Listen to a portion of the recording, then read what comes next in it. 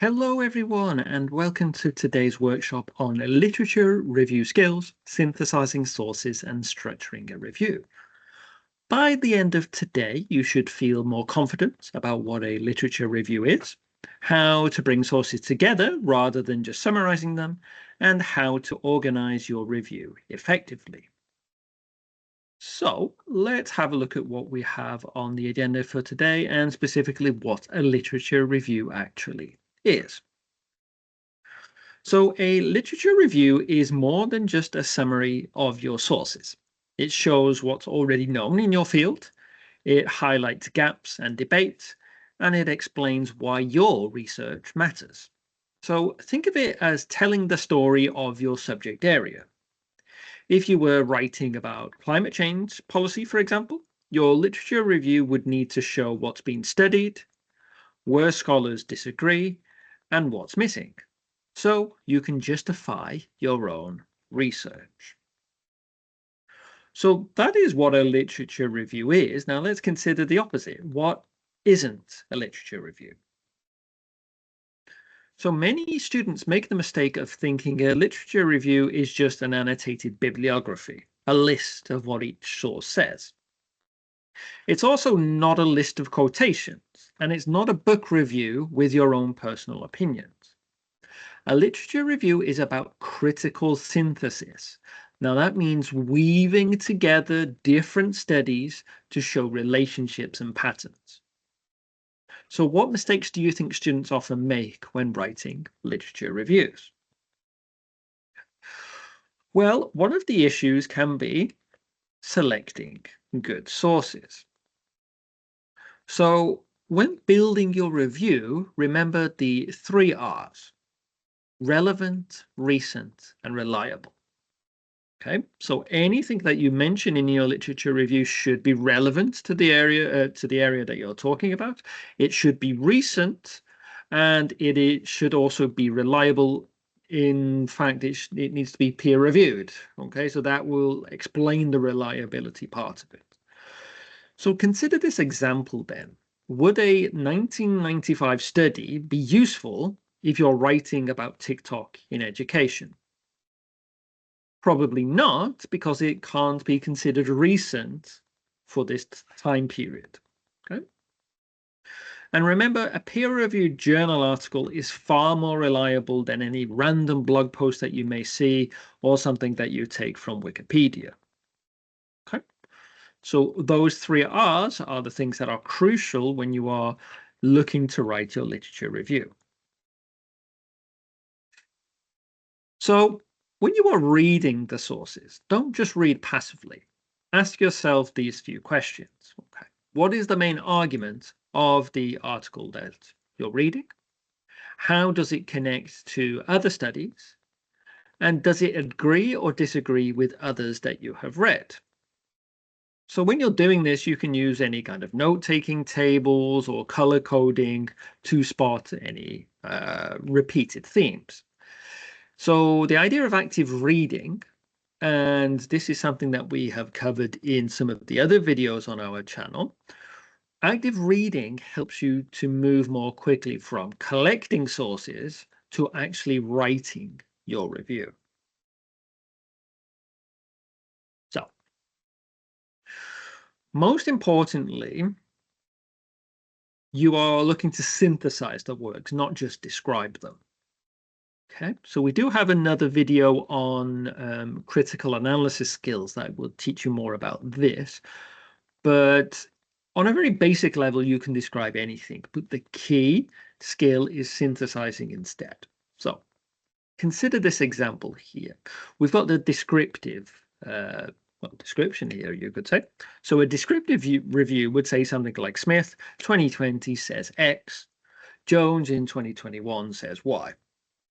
You are just listing things here. Okay, this doesn't help anyone.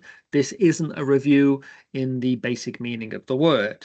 So what you should be seeking to do is synthesize. And a synthesized review would be something like, while Smith in 2020 argues this, Jones in 2021 extends this by showing why. Together, the studies suggest. So which of these would you think would earn higher marks? Exactly. It is the one that links the ideas together. So it is not a list, it is a link, a connection between them. And that is what your examiners or your graders are looking for when it comes to your literature review. So, how do we synthesize? Now, this is a good question. But if you're going to be doing it well, first of all, you need to look for patterns, agreements, and disagreements. Okay, this is making the connections between different ideas, different points of view. Okay, sometimes there are things which are repeated, sometimes there are things which agree with each other, sometimes, and possibly most importantly, there are things which disagree with others, and that's completely fine. Okay. Also, make sure that you group your studies by theme, not just a list of author by author by author by author. Okay. So it helps to put together similar ideas from different authors. And also try to show trends over time or differences in research methods. Okay. Because with new research, with new technology and things like that, you will see that ideas, concepts, research changes over time. And the same with research methods as well. So think of it like weaving together threads to create a bigger picture instead of laying them side by side. So let's put this into practice. Here on the screen, you can see 3 extracts from studies on social media and students. Now, what I want you to try to do is to combine these into one short paragraph. Now, don't just list them, you need to show how they are connected. So if you can, remember to use linking words like however, in contrast, together, blah, blah, blah, blah, suggests that. Okay. So what I would recommend to you here is that you pause the video, consider how you would put these together, combine them together into a synthesis. Okay. So pause the video, make some notes, write them down, and unpause the video, and then we will see what your synthesis should look like. Okay. So good luck. All right. So let's consider an example of how we could synthesize them. So let's check. Here is one possible synthesized paragraph. Okay, so you can see here, research shows that social media can have both positive and negative effects on students' academic lives, while Smith highlights its role in creating a sense of belonging and academic support. Jones links heavy use to stress and lower grades. Lee offers a more balanced view, suggesting that the impact depends on whether students use social media for collaboration or purely for entertainment. So things to notice here. Notice how this paragraph combines the ideas. It links Smith's positive findings with John's negative ones, and then shows how Lee offers a more balanced view. That is synthesis. It's not just summarizing, but connecting the studies together. So once you have your sources, how do you structure your review? Well, you can organize it in many different ways, but here are the more common ways to do it. So you can do it thematically, by topic or by idea.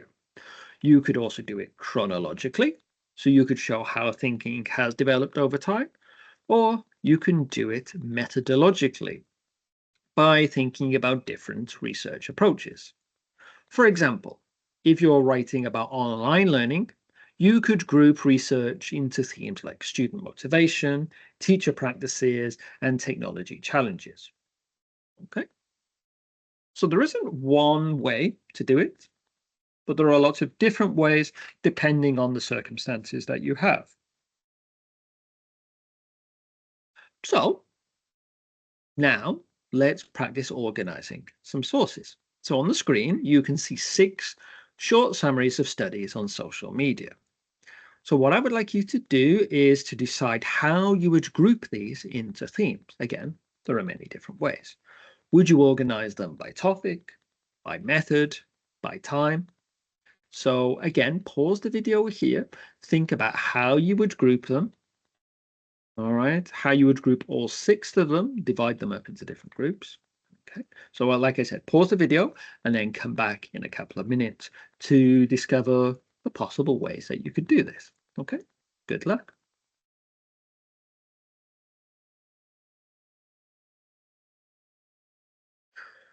All right, so here are some possible groupings.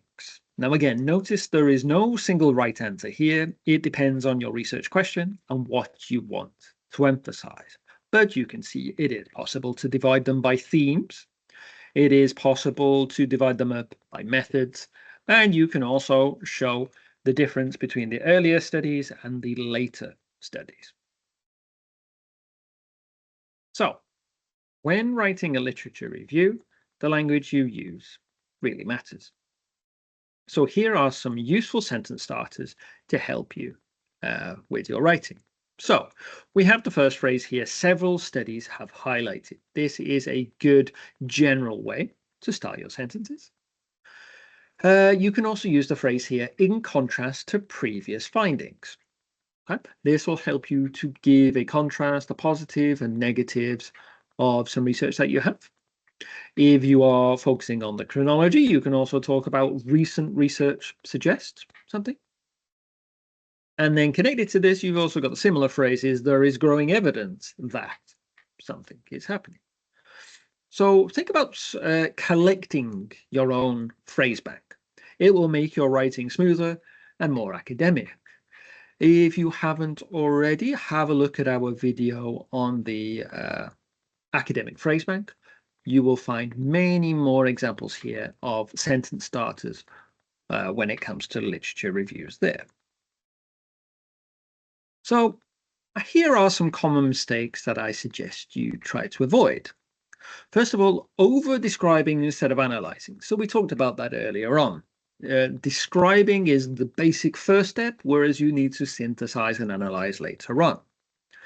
Another problem that you could have is using outdated or irrelevant sources. Remember those three R's. Relevancy is one of them. If it is irrelevant, why is it in your literature review? If it is not recent, again, why is it in your literature review? Another problem can be copying and pasting without paraphrasing. Now remember, if we want the quotes, we will go and look for them for ourselves. We want you to describe other people's views, so that's why you need to paraphrase. Okay. And lastly, another mistake, common mistake that is out there is not having a clear structure. So we've talked on the previous slides here about structures. So consider those before you start writing your review. So a good self-check is, does this section help to answer my research question? If not, then you may need to cut it from your review. So here is a quick checklist for your own literature review. So first of all, does it synthesize ideas? Does it critically engage with your sources? Is it organized? With the examples, it could be by theme, time, method, or theory. Does it connect to your research aims? And is it written in an academic style? Right, so consider for yourself which of these you would find the most challenging, and then consider the ways that you could improve them, possibly by having a look at the other videos that we have on our channel. So here is the key message to take away from our workshops today. A good literature review tells the story of your research field, and it shows where your work fits into that story. Your next step is to try rewriting one of your own paragraphs into a synthesized version. Okay. So thank you for joining today's session. My name is Kieran Williams. I hope it was useful for you, and I hope to see you again soon for another workshop. Goodbye.